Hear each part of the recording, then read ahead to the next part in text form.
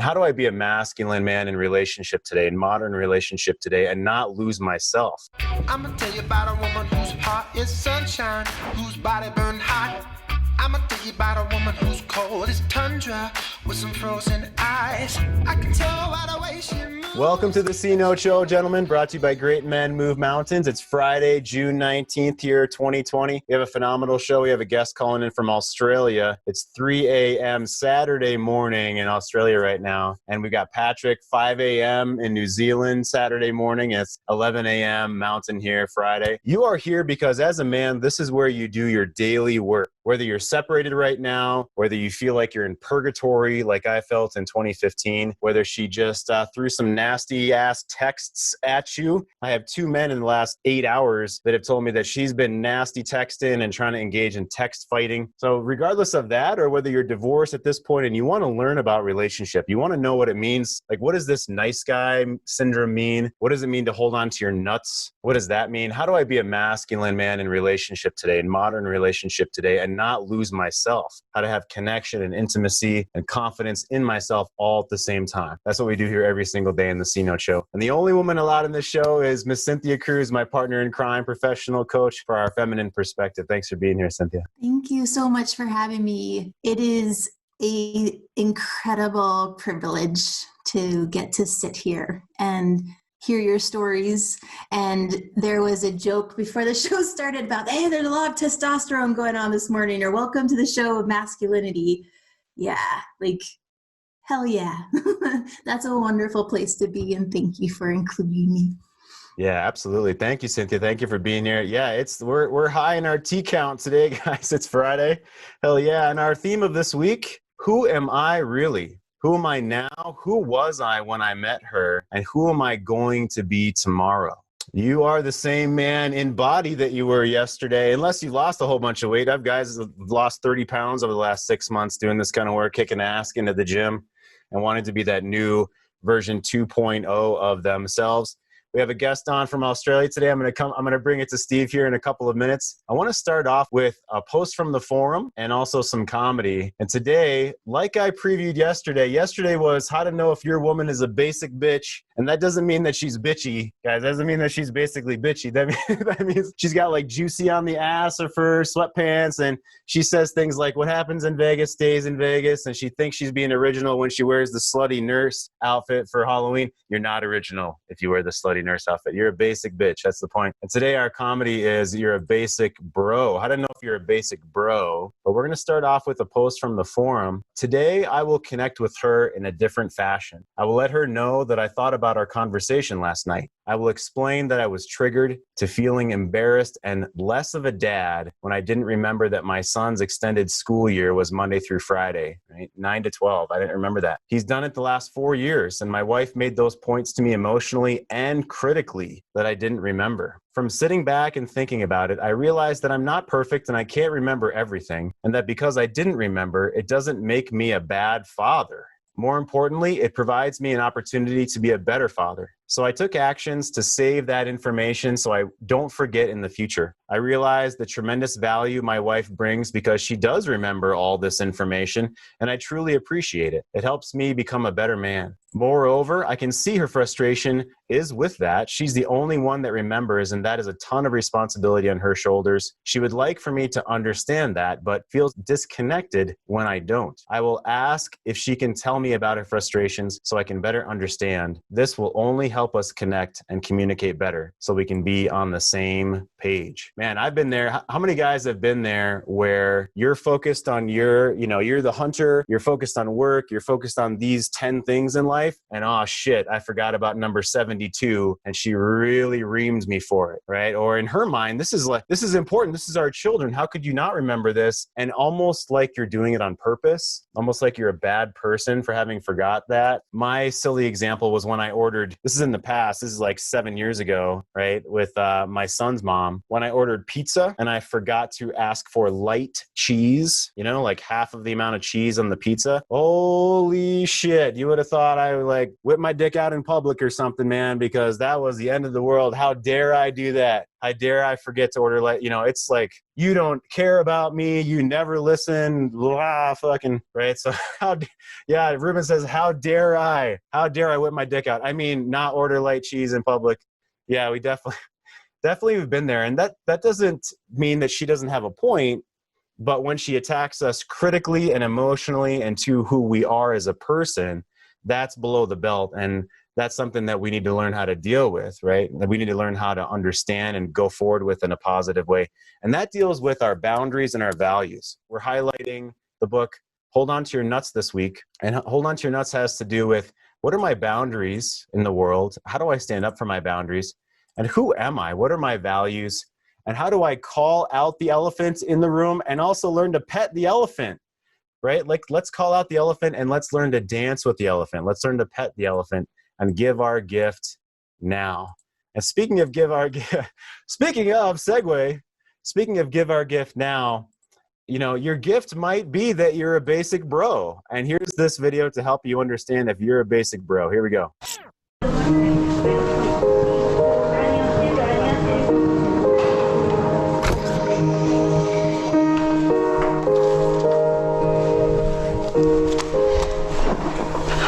We got your CAT scan back.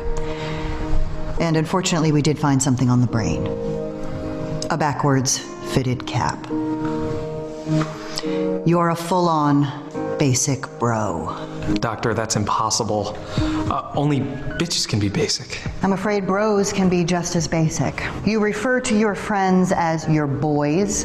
You love bacon so much that you ruin it for everyone else. And your preferred topic of conversation is how much you drank last night. 4 beers, 2 shots of Jack, 1 Red Bull, and vodka. This is very serious, Gerald. Very seriously basic.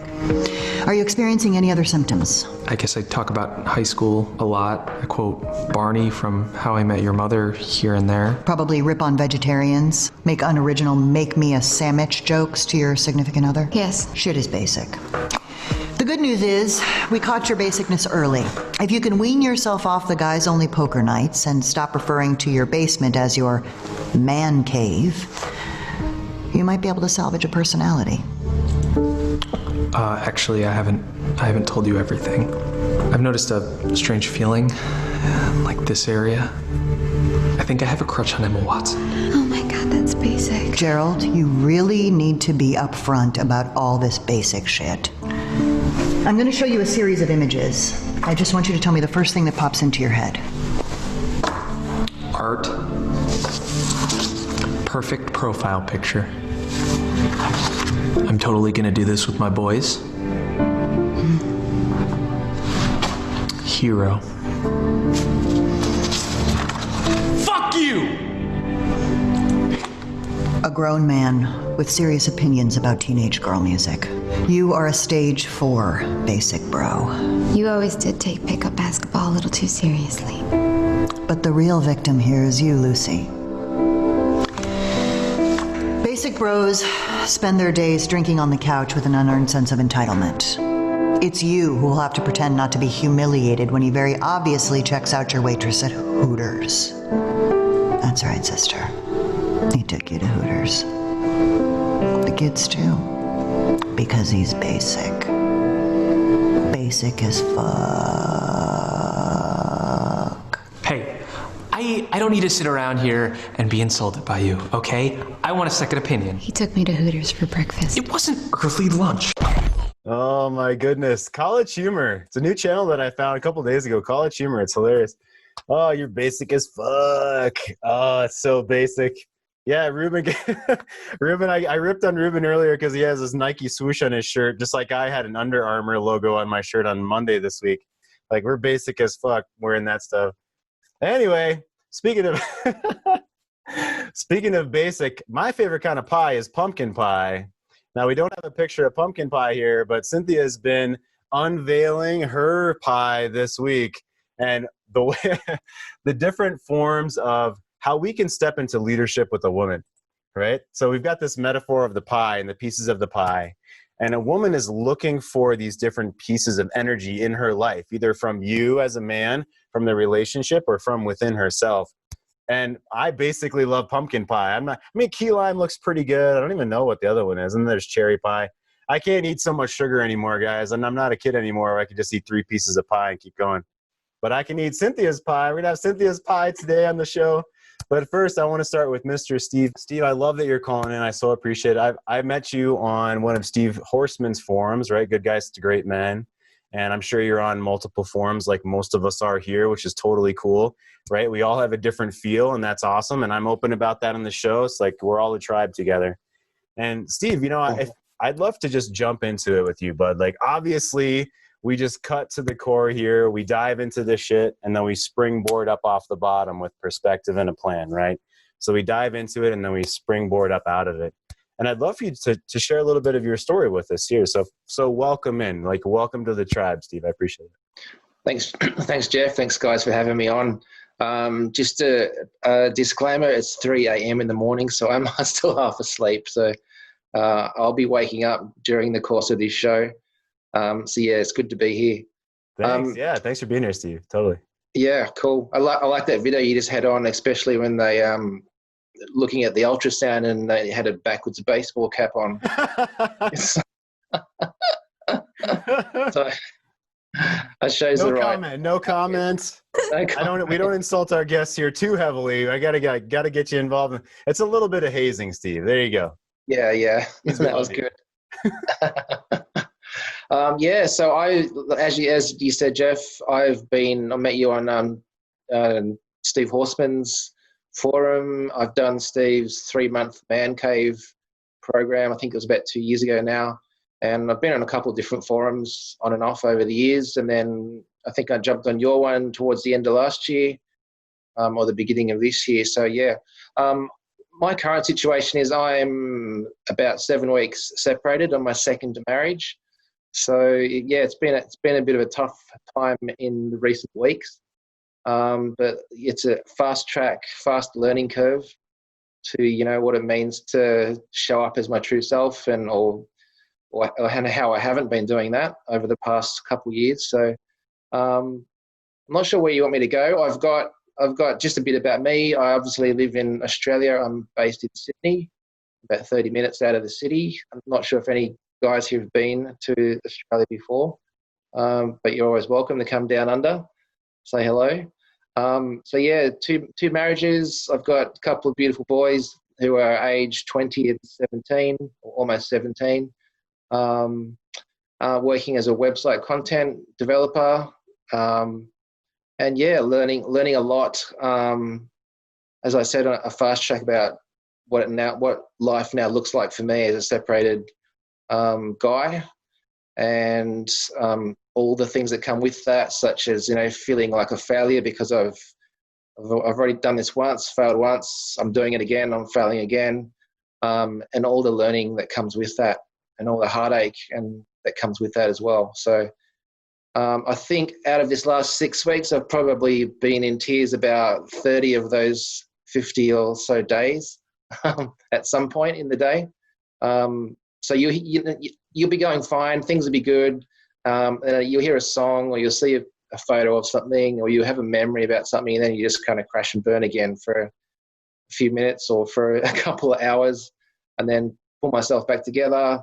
I've been listening to the can't remember the exact name, so forgive me if I get this wrong, but How to Solve Your Fear of Divorce program with you and Cynthia, which has been awesome. Yeah, fantastic. Yeah, I've been listening to that every day for the last couple of weeks. Really relying on stuff that I'm reading. I'm reading a book called The Masculine in Relationship by G.S. Youngblood, I think his name is, which has been really good for me. Getting into meditation, which I've kind of been on and off with for a few years, but just lately it's been kind of my go-to first thing in the morning.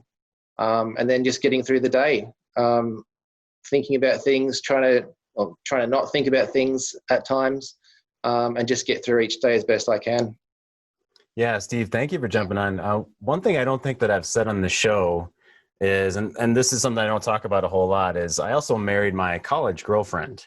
So I've been divorced twice. The first one was after 6 months. I was 23 years old, and we got married right out of college, and we were fighting every single day basically. And I said I wasn't going to keep doing that. And I came home from a work trip one day, and she met me in the doorway of the laundry room. So it was the garage and then the laundry room and then into the house. And she met me in the doorway of the laundry room with a letter like this and said, these are these are things Jeff needs to do to fix our marriage.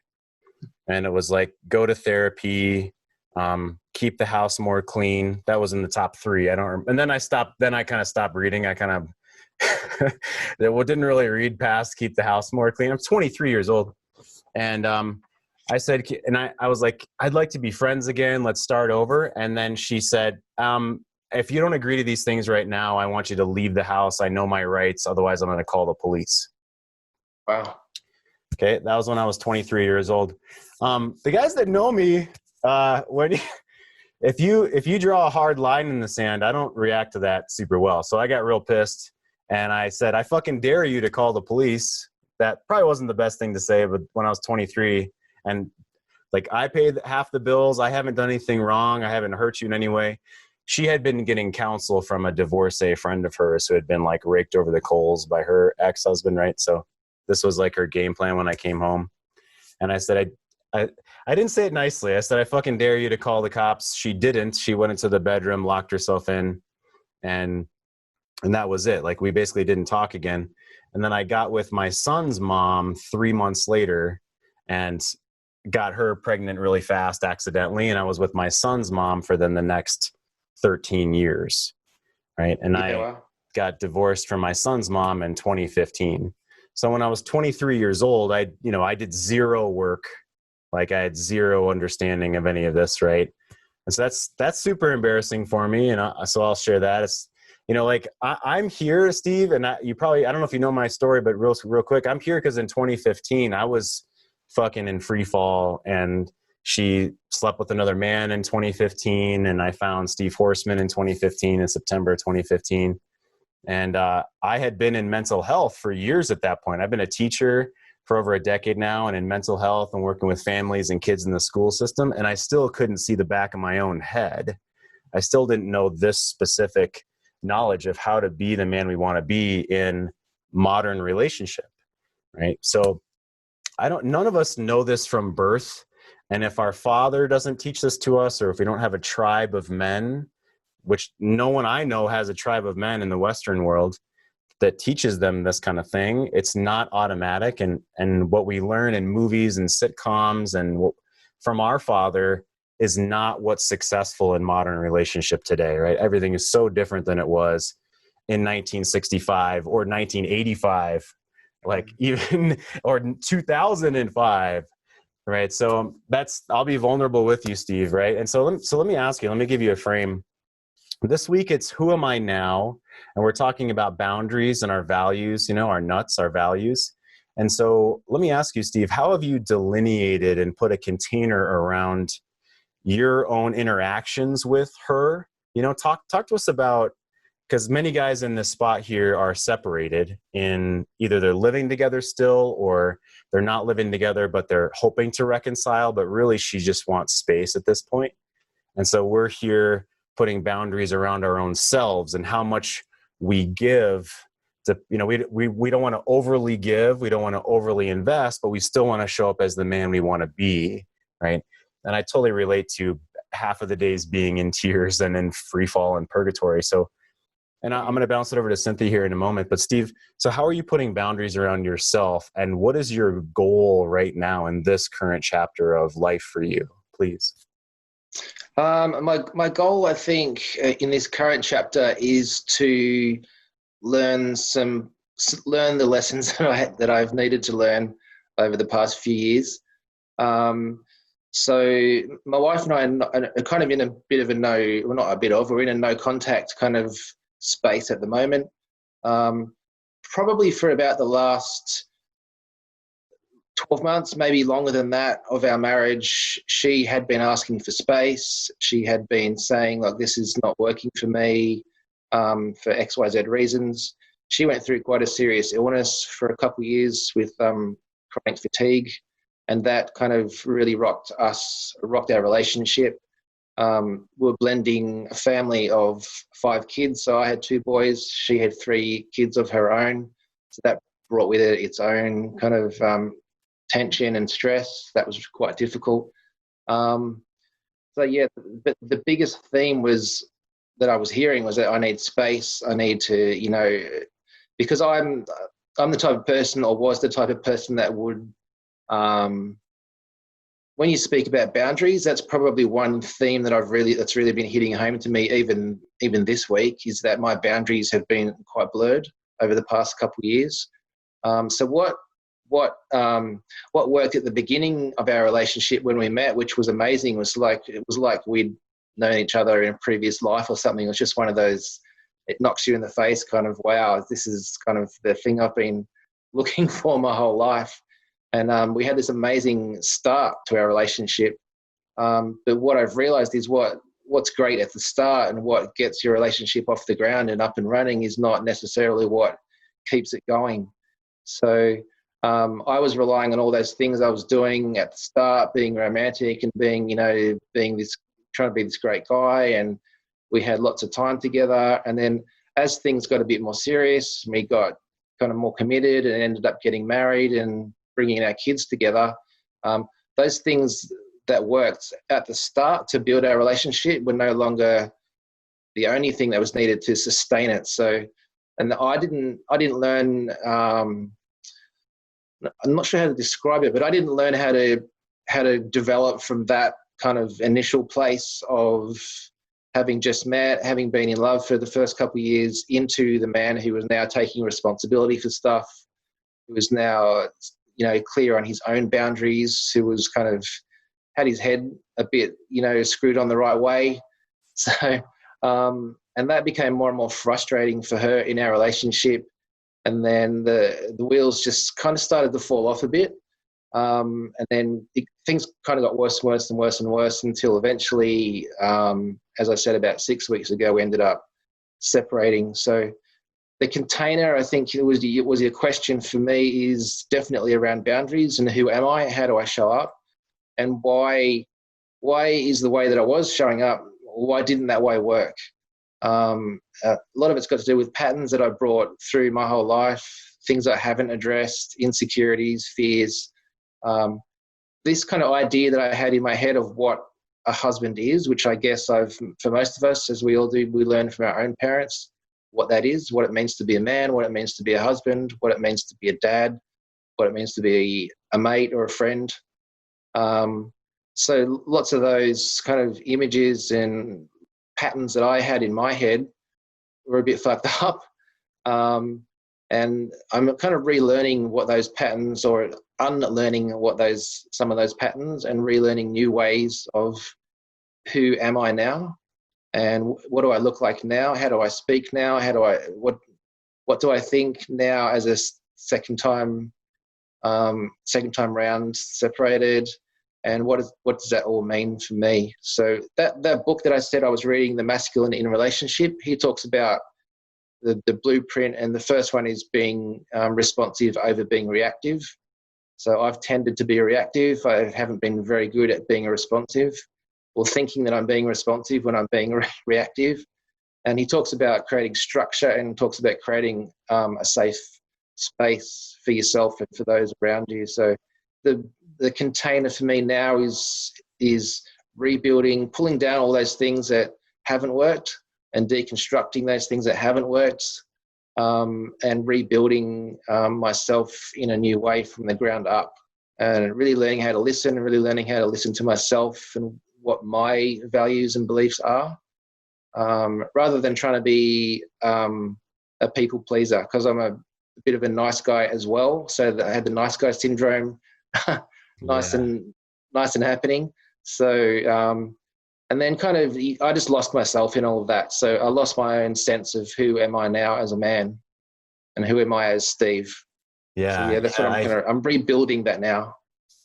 Yeah, thank you, Steve. That rebuilding ourselves, finding out what were those old patterns that we've had for a long time. That was like hugely my thing too. I think that's something all of us want to recognize, or what are those timeless patterns that we have, and how are we putting container around ourselves now and our boundaries now. Yeah. So yeah, one question I was going to have is, how are you looking at your spot now? And Steve, do you have a question, please? If you have a question for Cynthia, so from a woman's point of view, think about where you are right now in your journey, and something that you're curious about from a woman's point of view. Maybe it's how your ex is feeling, or why is she dealing with it this and this way. Do you have a question for us, Steve? Yeah, I guess my ex, or current ex, or both of them really, but my current ex is really quite angry.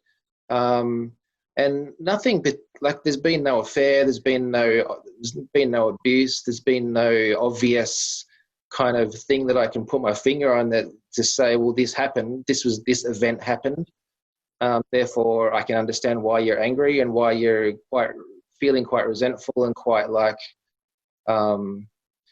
just wanting out of the relationship. So that's one question that I have, I guess, for Cynthia is, where does, and I don't know if you can answer this or not, where does that kind of inherent anger come from? And I guess it's built up over a couple of years of her feeling disappointment and her feeling like this is not turning out the way that I was hoping, or you're not turning out the way that I was hoping. So her dreams have been shattered as well. So yeah, but what I'm kind of struggling with is just that residual kind of distance and anger that she seems to carry, and just pissed offness, and yeah. That makes total sense, and why that would be so confusing.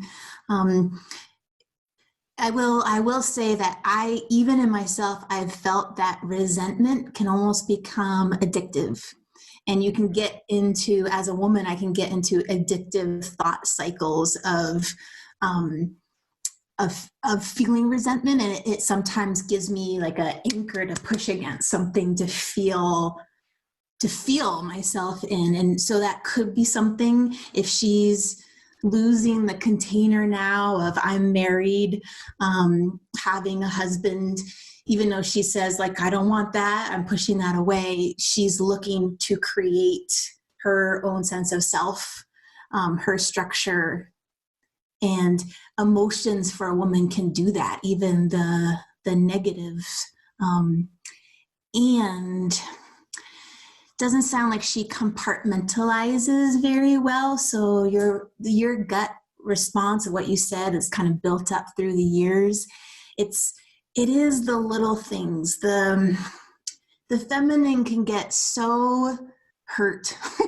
Her heart can get so hurt just by little things of feeling not heard, or feeling not valued, or disconnected from, or not included. And it can be so minute. And if it was another guy, it wouldn't be a big deal. And yet she kind of stores those experiences away. And you even mentioned, like, past patterns I came with. Those little things probably went into her little past problems or patterns with bosses, or a dad, or brothers, or things like that. And that's what you're getting to feel now, is the momentum of all those years of all that work. Yes. Does that when I say that, does that feel like it resonates with what you observe or know to be true just about human nature? Yeah, I think so. It makes a lot of sense. And when you talk about the feminine, and in the book I've been reading, it talks about the way, and I know it's generalizing, but the way the feminine kind of works and kind of moves and deals with emotions and deals with energy and deals with everything that's going on around.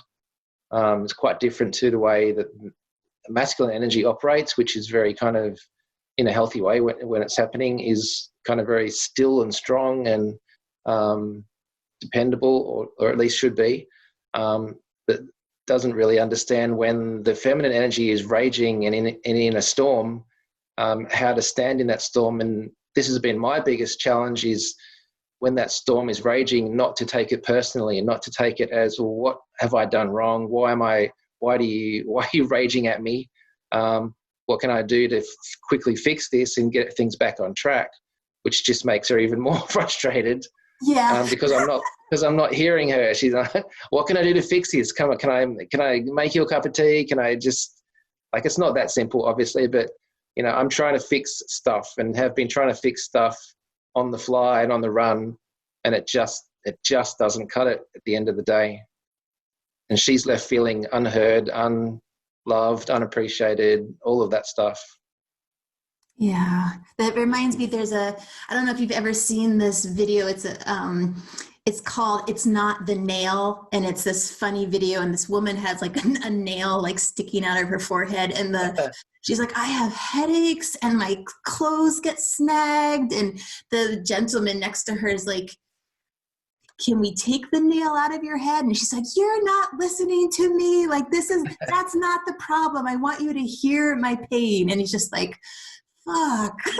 Like, this is so much better if you would just allow me to fix it. Yeah. So Cynthia, let me ask. So it's not about the nail. If you guys search YouTube, it's not about the nail. So what is it about?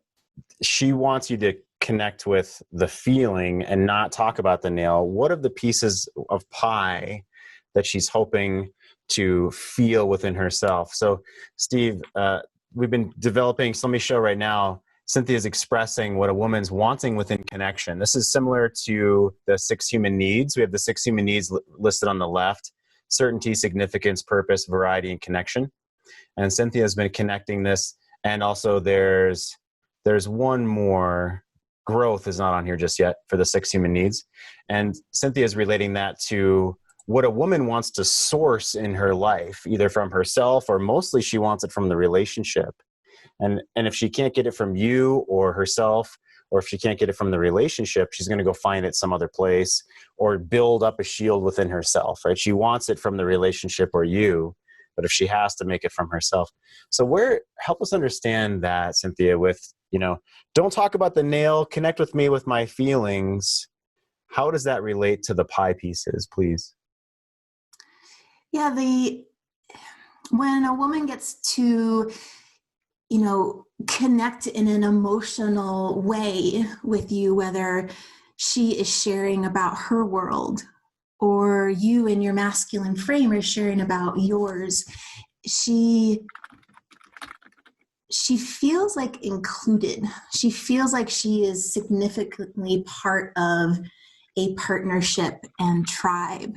And I've even experienced in my life, in my 20s and in college, with other women who couldn't be either present with emotions I was having or were kind of stuck from here down in their own lives. They would talk about things, but they would kind of cover up and stuff down other emotions. I would feel so on the outside of those relationships and so kind of stuck in my own world and feeling completely alone. So I think that basic need that a woman has to connect in that way can get way blown out of proportion. I'm not saying that it's supposed to be storm and daggers, but it does come from a very basic need where she feels like this is lifeblood. I trust and know this person. They know and get me, and I'm not alone in my skin. And so Cynthia, the guy trying to fix it makes her feel alone. It makes her feel over there like something's wrong. Is that what you're saying? Yeah, that can often feel like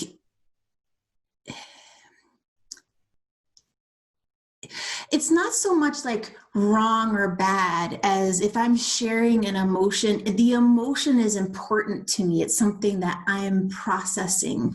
And it's not necessarily situationally based. Like I may even tell you the same story about work over and over, but it's because of something deeper, a deeper pattern in me that I'm trying to move forth versus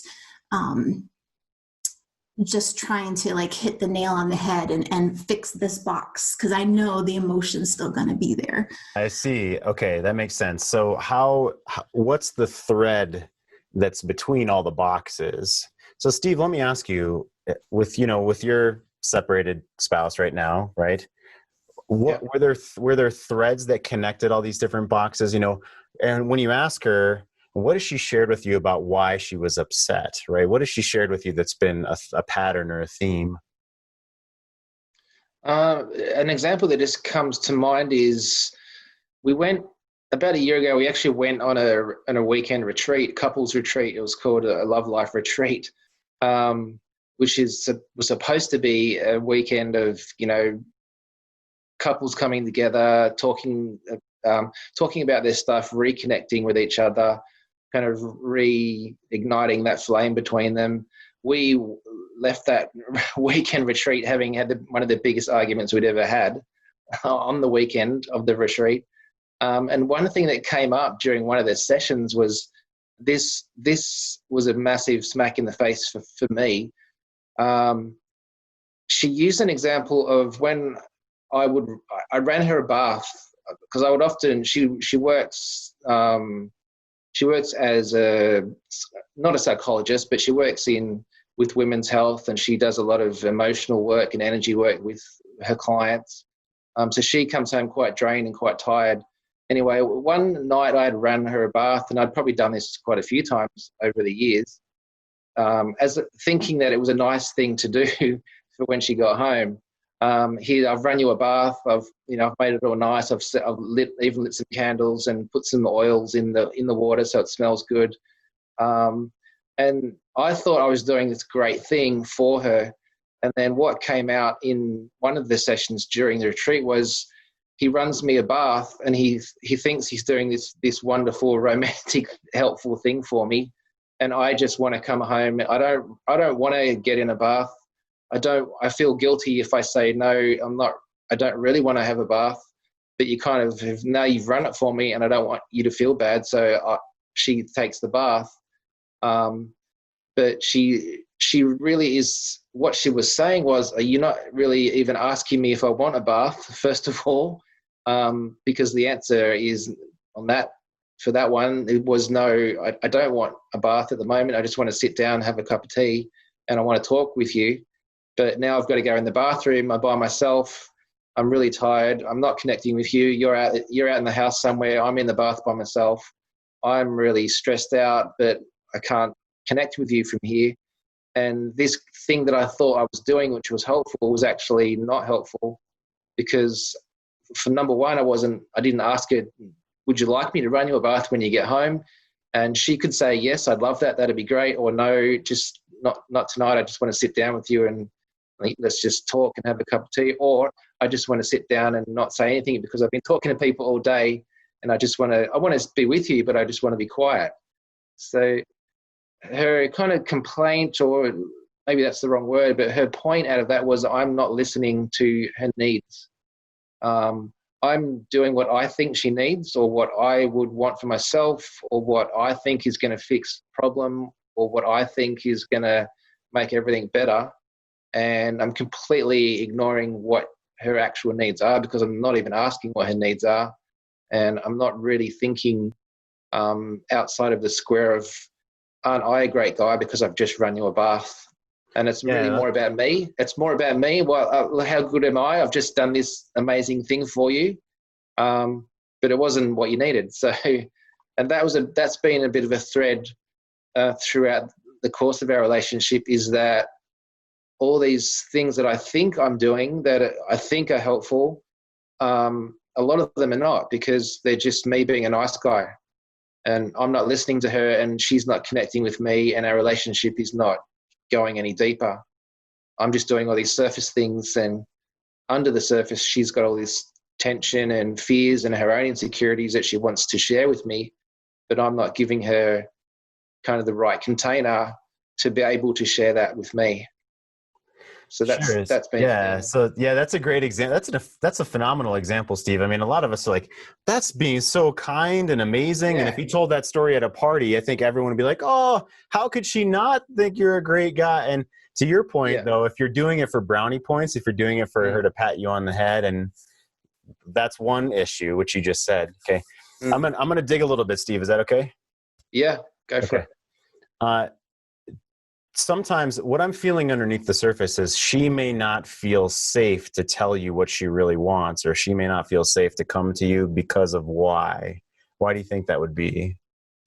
She doesn't want to hurt my feelings because one of those patterns that I spoke about was I take things personally. So if she comes to me with her feelings or something that's bothering her, which may not have anything to do with me, I've got it in my head, well, I'm going to fix this for you.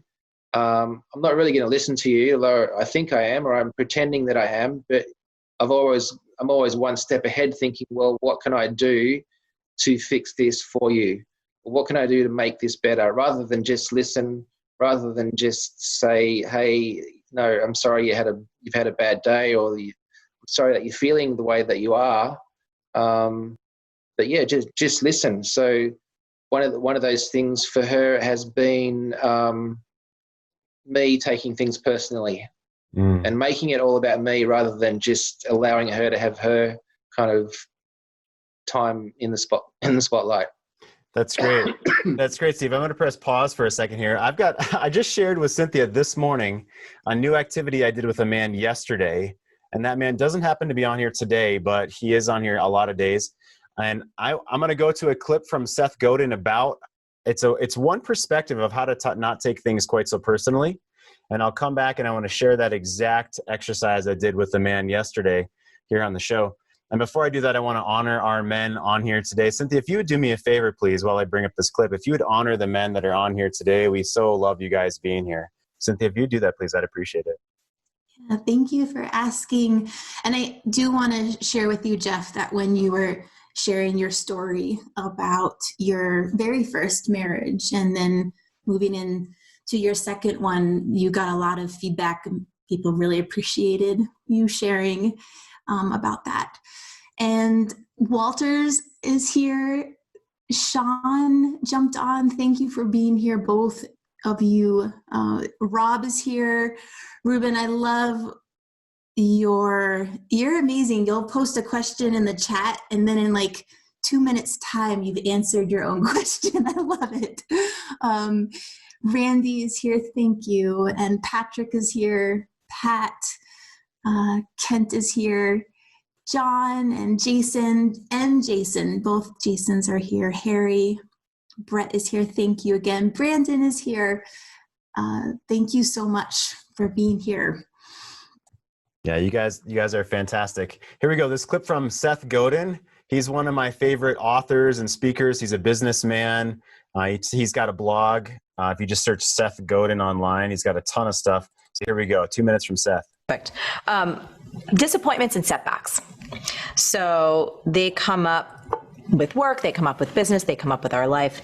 And I feel like one of the themes that I've seen throughout your work over the years is having people be really comfortable with failures and setbacks and all the twists and turns. Can you talk a little bit about that journey? We have a lot of people in our audience who are just starting out, and I feel like there's so much fear about if they fail or if things are going to flop, and you always have such a great point of view on it. I used to think that Monopoly was a good board game. And I, in fact, invented Godin Monopoly, which you can find the rules for online. But I thought it was good. Like at one point, my kids and I were so good at it, we could play it in the cart without the board. We just knew where all the properties were, and we would roll the dice in our head and do the whole thing. Wow. Monopoly is not a good board game. I've come to that conclusion. But there's a good lesson here, and the lesson is this. Unless you're 4 years old, if you lose at Monopoly, I think you realize it's not personal. Right? It was a game. You didn't get the rolls you needed. Maybe you made a couple strategy mistakes, but you can play again tomorrow. It's not about you. Don't have a tantrum. Don't turn the board over, and don't beat yourself up. It's just a game. So what if we take that mindset, which is very adult and very mature and works for us, and apply it to what happens if your book proposal doesn't get sold, or apply it to what happens if no one responds to the comment you posted under this thing, or right? In all of these things, you didn't get a promotion? Well, that's a little bit like landing on Park Place when someone else has an apartment there. Sorry, but it's not necessarily about you. We are playing this game with 1.5 2, 3, 4 billion other people, moving pieces around, contributing, investing, sometimes landing on other properties, figuring out what to roll next, right? If you can look at it that way, the question is, will you be better at the game? or will you be worse at the game? And what we know is you will be better at the game. You will be better at the game because you can approach it with joy, and you can approach it without being locked up in tense fear. Right? Yes. And so isn't that the goal, to be better at the game? Yes. So we can be mindful, we can be present, we can breathe and say, oh, that's interesting. And that answer, that's interesting, is so much better than, oh my God, I'm never going to get another thing, and then that's going to happen, and then that's going to happen, and that's going to happen, then I'm going to be dead. Because we all fear being dead, but we don't have to fear being dead every time the phone rings, every time we get the little tweet sound, every time, like, it actually isn't fatal. So don't act like it's fatal. We don't know what's happened in her past, right? And we don't have the board game strategy. We don't have the rules of the game when we're born. We have to figure this out as we go. And one thing that we can figure out is the things that we want and our own boundaries. Okay, so when we roll the dice, if we throw a tantrum about the number that came up on the dice, that's obviously not going to help. No one's going to want to play with us, if you will, in life if we throw a tantrum about what happened on the dice, right? So, Steve, I think you'd agree with me when I would say it's an amazingly heartfelt, incredible thing to run a bath for her. And if she doesn't like it, then it's akin to throwing a tantrum for rolling the dice that we did, right? So Steve, how do you look at that now? How do you look at those situations, or how do you move forward? Because I want to share this activity I promised you. And so let's do it really fast right now. And Steve, the gist is that you're going to ask me what feeling is underneath me being upset. So here was the activity that I did, which was I said gibberish words, but you have to read what my feelings are, okay, and ask me what's under that. So if I said gibberish things to you, like backwards hat, you have a necklace on, okay, what does it look like my emotion is? When you say that? Yeah, if I say backwards hat, you have a necklace on, there's a whiteboard behind you. It kind of sounds like you're a bit angry. You're a bit kind of quite aggressive. Yeah, yeah. So I'm angry, right? So pretend I'm her and ask me about my anger. Ask me what's underneath that. Well, tell me more about how you're feeling. What's going on for you? Okay, and if I just say gibberish things again, right? Shirt, there's no painting behind you, yellow lights. I'm not really understanding what you're trying to say to me. So guess what my emotion is? Your emotion is confusion. Your emotion is you're mad. You're still mad. Yeah. Yes. Exactly. So ask me a question about what's underneath that, as if I'm her. See, this is where I get stuck. I don't know what question to ask you to delve into that emotion. Sure. I'm really stuck there. Good. You're doing good. You're overthinking it, right? You named what it looked like. I'm confused. It looked like I'm angry. See, what we want to do as men, this is why I brought this up with the man I was working with yesterday, is we're trying to think about the words and answer the words, or fix the problem, or understand what the point is. The point is the emotion. Okay. And your goal is to just try to understand the emotion. Okay. What's underneath the emotion. So if I say, I don't like your shirt, I guess that makes too much sense. If I say shirt with, I can see light on your forehead. What's my emotion? I look mad. I'm coming across as angry, right? So ask me about my emotion. Go ahead. So it seems to me like you're feeling mad. You're feeling maybe angry. Do you want to tell me more about that? What are you thinking, or what are you feeling? What's the cause of your feeling? Like, where is it coming from? Good. So good. We'll do it one more time. I know this is really uncomfortable, and that's the point. Okay. Yeah. One more time. So one more time, and you're just going to ask me one question, not six. Okay. So we're going to do it one more time and just ask me one question.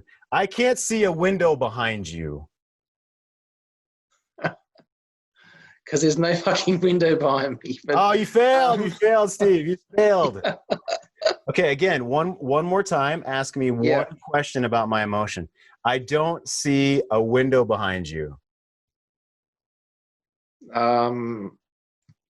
You seem like You seem confused. What's up? Like, see Yeah, what I good. mean? Now This stop is- talking. Now good. Now stop talking. Good. We do this on the show, Steve. We do this. Yeah, Good. Because okay. we like good. I love it. Okay. Yeah. Let's everyone give Steve a round of applause. Oh my gosh. Right. So that's why I did this with my one-on-one client yesterday, Steve, because he's just like you. Yeah. And that's why I'm doing it with you now. Is you see how your brain is like, I have no fucking idea what Jeff is saying. That's Yeah. the point. Okay. That is exactly the point. Is you've got to turn off the logical trying to figure out the words that she's saying, because it's not about the nail. Okay. She's like, I have a headache and there's a nail sticking out of her head.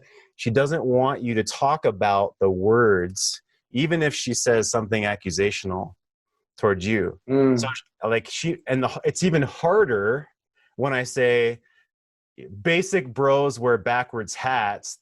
A backwards hat is fucking stupid. Okay. It seems like it's about, which I wear backwards hats too, by the way. So it seems like it's about you, but you have to tune out the actual words, because that's not what she's wanting from you. She's not actually, oh, well, okay, honey, I won't ever wear a backwards hat again. That's not the point. Even though as a man, it sounds sure as hell sounds like that's the point, but it's not the point. So Cynthia, please jump in, give us some feedback on that. Help us as men understand. I might say I don't like backwards hats, but it's got really nothing to do with the actual hat. It's how she's expressing her emotions. Please give us some feedback. Just before you do, Cynthia, just what your use of the word words, too many words, was a massive thing with my wife. She actually says to me, "You use too many words." Yeah. More periods, less commas, right? Yeah. So seriously, like I instruct guys, if you say more than 3 sentences at a time when she's upset, you're talking way too much. Like, you better be saying less than 3 sentences, and you ask one question, or make 3 sentences are a statement. And I could talk about the sandwich statements that I teach guys how to do as well. But yeah, Steve, because like, well, you were nervous and you're like, question. You said like 6 questions, right? And I just said gibberish. Yeah. So Cynthia, good. I appreciate you, Steve. That was great. So Cynthia, give us some feedback on that, please. Steve, thank you so much for doing that. I have to admit to you, like, if Jeff was doing that to me as well, I'd be like, okay. Because it's maybe you're like me, that you feel the emotion someone's putting out, and so it can be a very confusing set of signals, the words plus the emotion, if they're not matching up. I think that was amazing how you modeled and practiced that, and it made me recognize, as a woman, what I'm looking for is exactly how you did that. And like, you didn't listen so much to this as the asking about the emotion underneath, and then to recognize when a man can ask that from a place of maybe not, it may not be something you agree with, or it's frustrating, and yet you're just compassionate that the person in front of you is having a human experience. It's like, wow, that's incredibly, incredibly powerful. So thank you for modeling that. Steve's like, holy shit, what did I get myself into on this show? No, so The Masculine in Relationship, the book from Youngblood, is phenomenal. In there, one of the chapters, I think it's chapter 10, give or take, he talks about provocative meditation. And in provocative meditation, you actually think about when your woman says super accusational words to you, right? And you picture yourself being calm and breathing through those. Another way to make it real is you can actually record a voice memo of your own self into your phone saying the most triggering thing that she could say to you. Like, you're actually uncaring for running me a bath, and you're not listening to me. You've never listened to me in our whole relationship. You don't care about me. And you record that into your phone, okay? And you play it back for yourself, and you picture her face, and you breathe, okay? And you practice breathing into it, and you practice saying an emotional question back. Like, that must be really disappointing for you. What else is underneath that for you? Like, and this isn't a magic bullet. It's not like, oh, thank you, that solves everything. Okay, but this is the next step. Or Seth Godin, like, if you land on Park Place, if there's already a hotel on Park Place, that doesn't mean you collapse in on yourself or throw a tantrum. It's you deal with it, right? It's like, what's the next step? And that's what we learn here on the show, Steve, is like, how do I handle the hard shit? So yeah, Steve, please. So what are your thoughts on that exercise and so I don't know if you've gotten to provocative meditation yet in the masculine in relationship, or practicing what I just did. If you recorded in your phone, if you were like angry and said, there's a clock on the wall and painting from Asia, that doesn't mean anything, but it's just the emotion, right? And then asking a question. So you seem upset. Tell me more about that. Yeah. Which obviously that's a statement. Saying three or less sentences in response. This is a way that you, Steve, and every man watching this can practice this kind of thing when you're away from her. Because the hardest thing is practicing the conflicts, really. Right? Yeah. So give me some feedback on that. How does that hit you, Steve?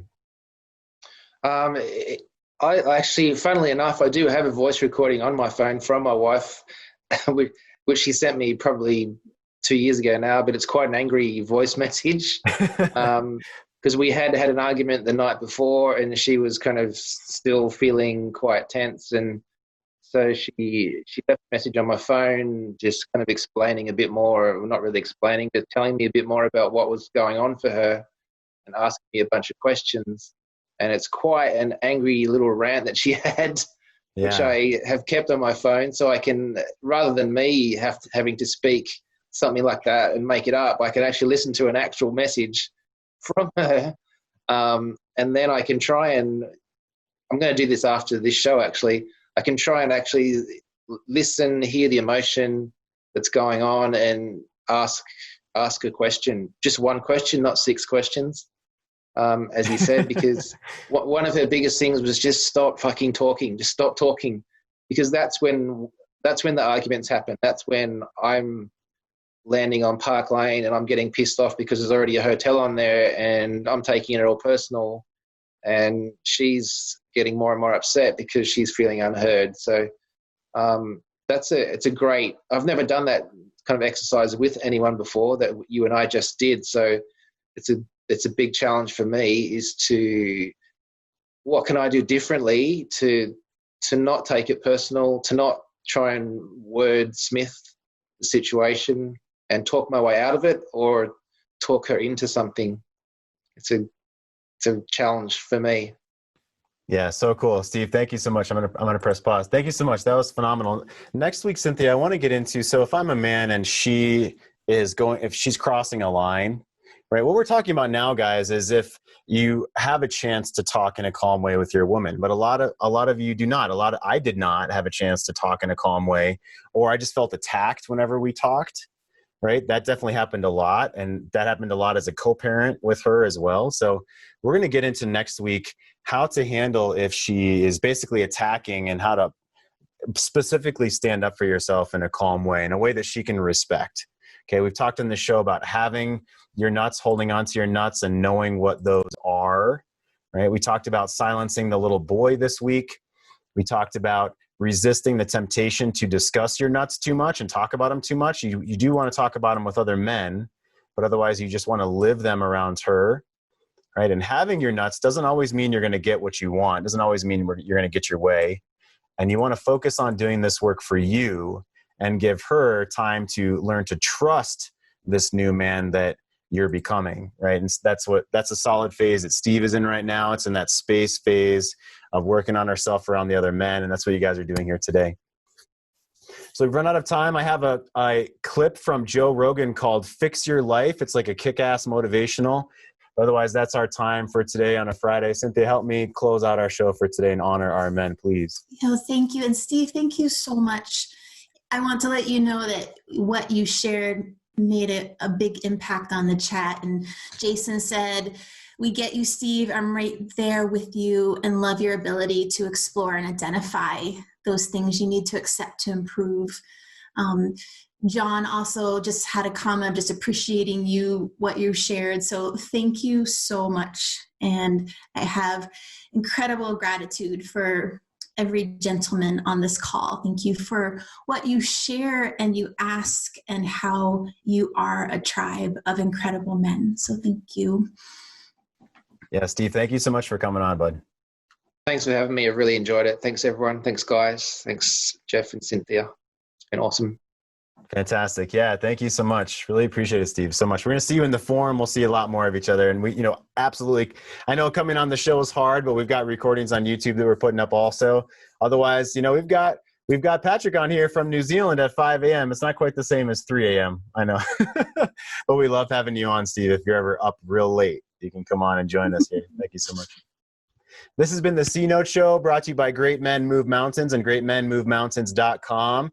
If you don't yet have our free program, 10 days to solve the number one cause of divorce, which is fear, solve the number one cause of divorce, go to our website, greatmenmovemountains.com/free program, and punch in your information, and you get instant access, no strings attached, no bullshit. Cynthia and I recorded this.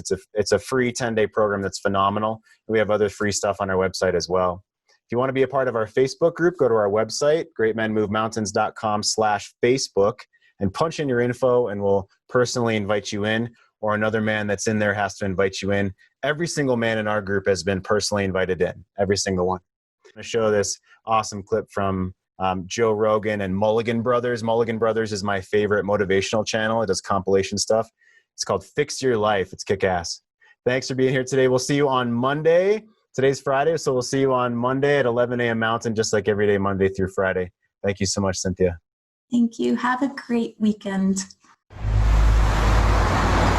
A lot of people say, I just want to they're kind of dabbling in the idea of improving themselves. And the real way to do it is you got to write down what the fuck you want and then go after it. If you decide, I'm going to get down to bang, I'm going to do this, I'm going to run a marathon in less than 5 hours, I'm going to, whatever the fuck it is, you got to write that shit down and go for it.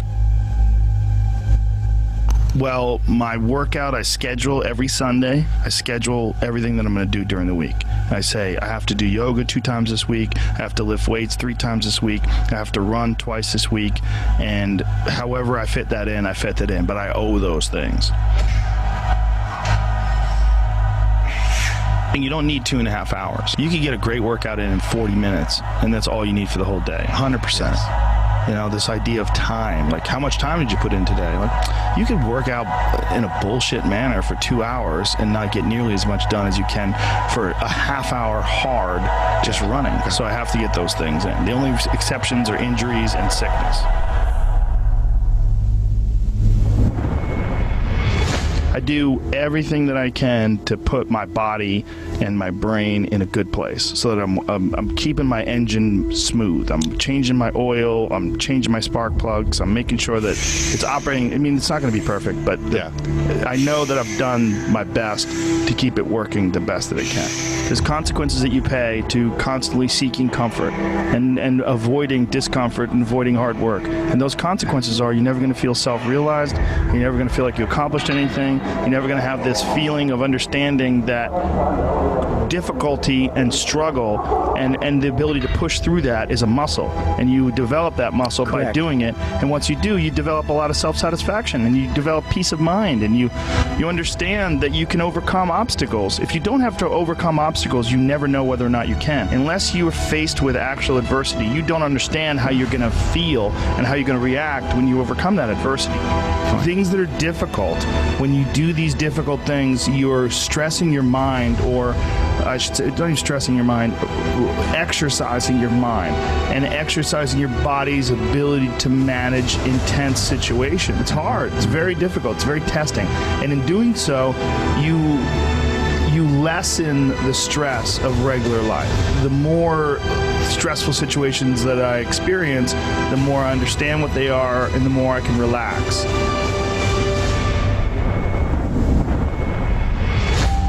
But it's also like a matter of constantly being exposed to these stressful situations where there's not a long break in between doing stand-up or a long break in between martial arts training where to the point where anxiety can build up, and then once you get into it, it's almost an unusual situation instead of a usual one. What I tell people is the best advice that I've ever heard, the best advice I ever came up with, is that live your life like you're the hero in your movie. And right now is when the fucking movie starts and your life is a shitbag disaster. Pretend you are, right now, you're in the part of the movie that starts and it shows you as a fucking loser. And just decide not to be a loser anymore. Live your life like there's a documentary crew following you around and you are analyzing your own behavior. Do what you would want to do so that your kids one day would look back at it and see that documentary and look on it with pride, like, wow, my dad was a bad motherfucker. He really did what he had to do.